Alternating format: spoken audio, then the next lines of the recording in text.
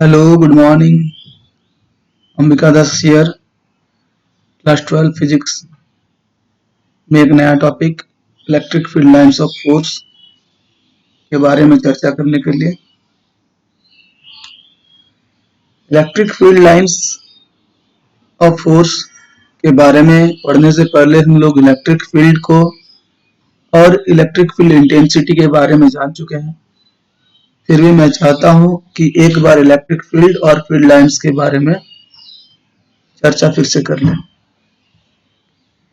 Electric field एक particular source charge के surrounding में एक ऐसा स्पेस जिसके अंदर कोई दूसरा चार्ज पार्टिकल आ जाए तो उसे उस सोर्स चार्ज पार्टिकल का इलेक्ट्रोस्टैटिक इन्फ्लुएंस जो है वो महसूस कर सकता है और एक पर्टिकुलर पॉइंट में यूनिट चार्ज को यदि उस इलेक्ट्रिक फील्ड के अंदर में ले जाया जाए तो उस यूनिट चार्ज के ऊपर लगने वाले इलेक्ट्रोस्टैटिक फोर्स का जो वैल्यू होगा that will be known as electric field intensity. तो चलिए अब हम जानते हैं कि electric field lines of force क्या होता है।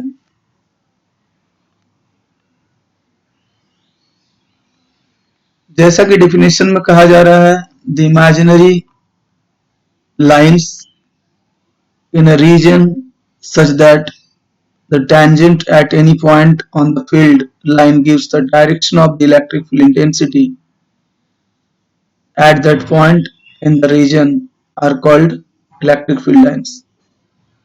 यानी कि ये जो फील्ड लाइंस है जिसे हम इलेक्ट्रिक फील्ड लाइंस कहेंगे ये कुछ इमेजिनरी लाइंस है। इमेजिनरी लाइंस अगेन लाइन का मतलब हम लोग जानते हैं कि स्ट्रेट भी हो सकता है और कर्व भी हो सकता है। तो ये वैसे इमेजिनरी कर्व और स्ट्रेट लाइंस को कहेंगे जो एक पर्टिकुलर रीजन में खींचा जाएगा और उस लाइंस के ऊपर किसी भी पर्टिकुलर जगह में अगर टेंजेंट हम लोग ड्रॉ करते हैं तो वो टेंजेंट जो है इलेक्ट्रिक फील्ड इंटेंसिटी के डायरेक्शन को रिप्रेजेंट करेगा। Again I repeat, electric field lines किसी पर्टिकुलर रीजन में खींचे गए वैसे इमेजिनरी स्ट्रेट और कर्व लाइंस को कहेंगे जिसके ऊपर किसी भी पॉइंट पर अगर टेंजेंट ड्रॉ किया जाए तो वो टेंजेंट उस पॉइंट पर इलेक्ट्रिक फील्ड इंटेंसिटी के डायरेक्शन को रिप्रेजेंट करेगा।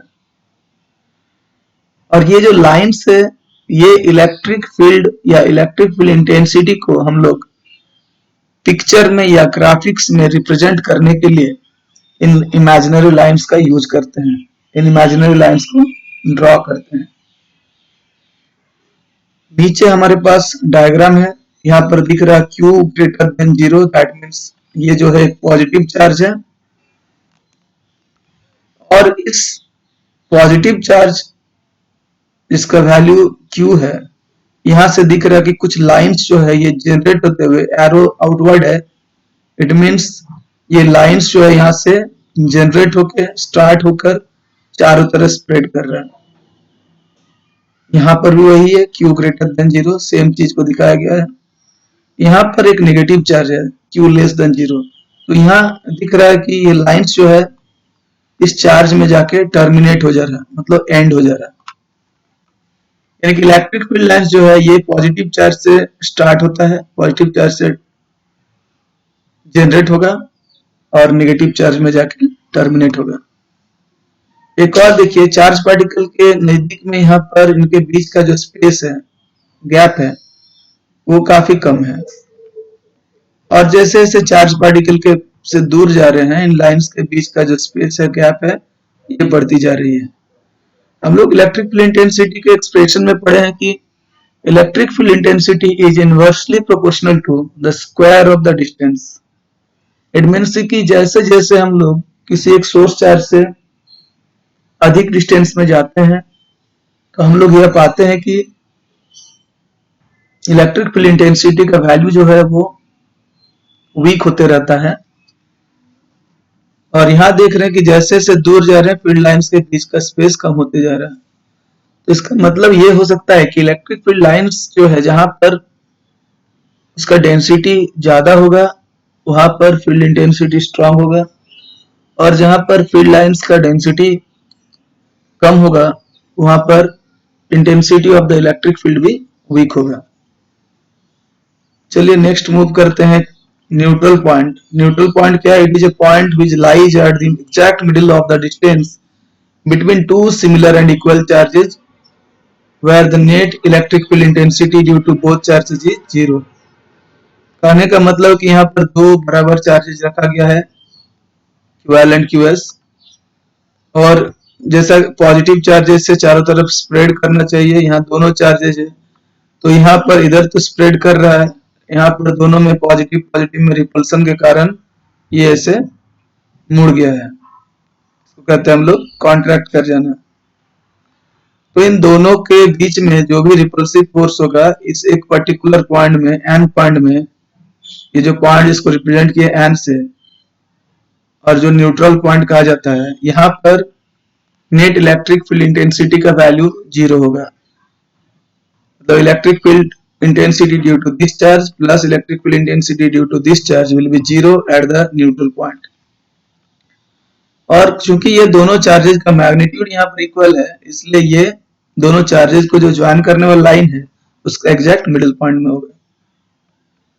In case QS greater than less than QL है, मतलब यहाँ पर ये जो चार्ज है ये स्ट्रॉन्ग है और ये वीक है, तो यहाँ देखिए ये जो ज्वाइन करने वाला लाइन है उसके एग्जैक्ट मिडिल में N नहीं है बल्कि थोड़ा सा QS के तरफ शिफ्ट कर गया है, तो जाहिर सी बात है इसका इलेक्ट्रिक फील्ड इंटेंसिटी स्ट्रांग होगा, थोड़ा सा डिस्टेंस कम है यहाँ पर।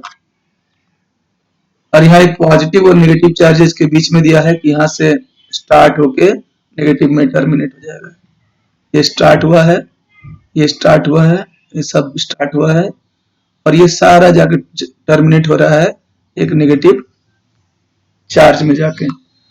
और यहाँ पर दिखाया गया कि P पॉइंट में टेंजेंट को ड्रॉ किया गया है and this tangent represents the direction of electric field intensity E at the point P।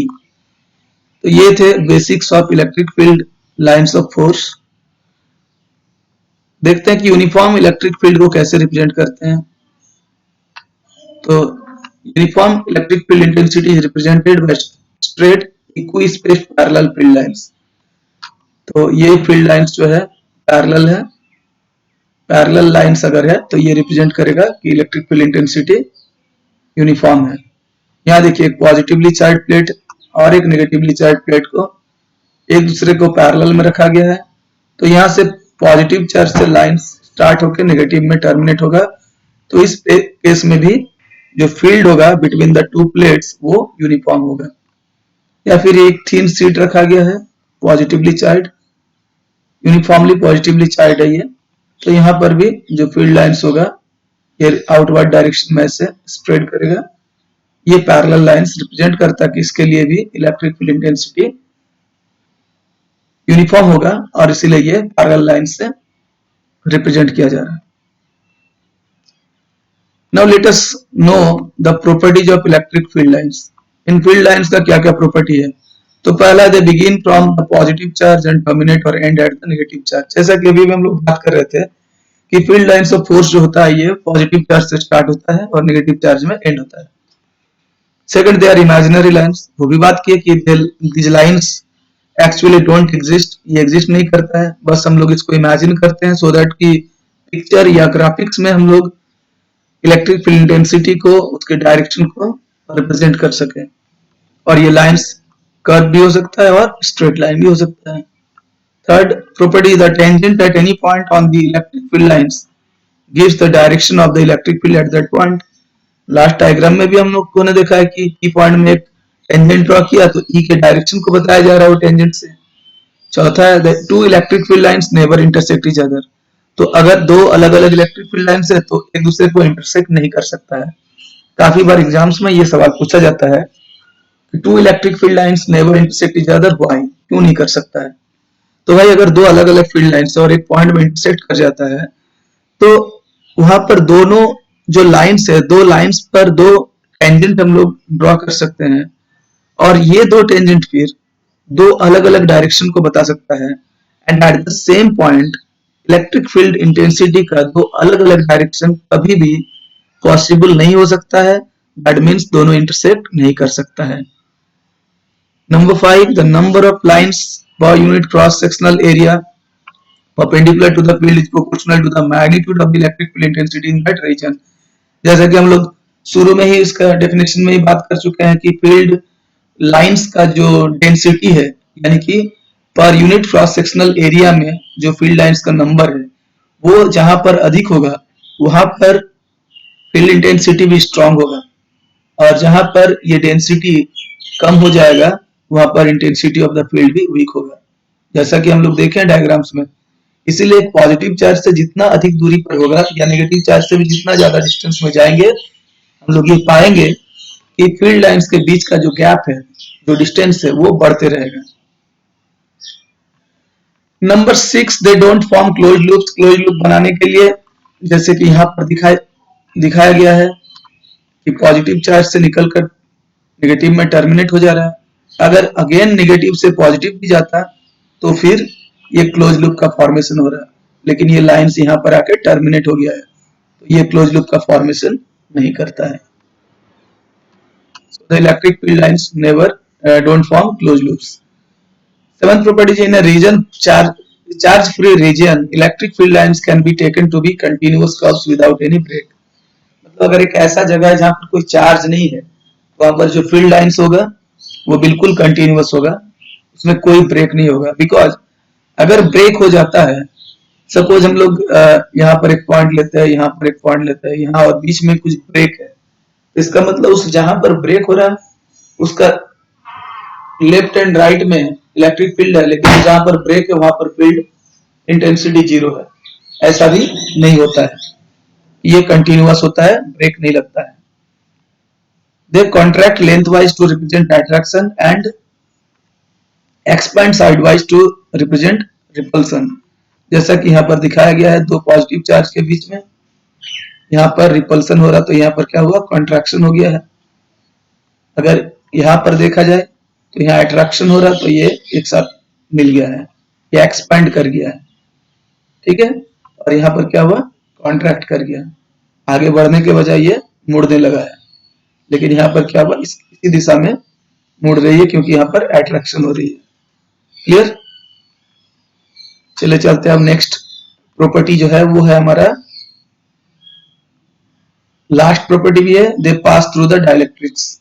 ये डाइलेक्ट्रिक्स से होकर पास कर सकता है, लेकिन ये कंडक्टर से होकर पास नहीं कर सकता, क्योंकि कंडक्टर के अंदर में इलेक्ट्रिक फील्ड 0 माना जाता है। तो ये थे हमारे आज के टॉपिक्स, इलेक्ट्रिक फील्ड लाइंस, जो कि खासकर 12 के एग्जाम्स के पर्सपेक्टिव में ये काफी इंपॉर्टेंट टॉपिक है। इसके बारे में आज हमने डिस्कस किया, सारा नोट्स यहाँ पर डिटेल्स में दिया हुआ है, तो इसमें से जो भी नोट्स चाहिए आप पॉज मारते हुए इसको नोट कर लीजिए, डेफिनेशंस को याद कर लीजिए और इसके प्रॉपर्टीज को बहुत अच्छी तरह से याद रखिए।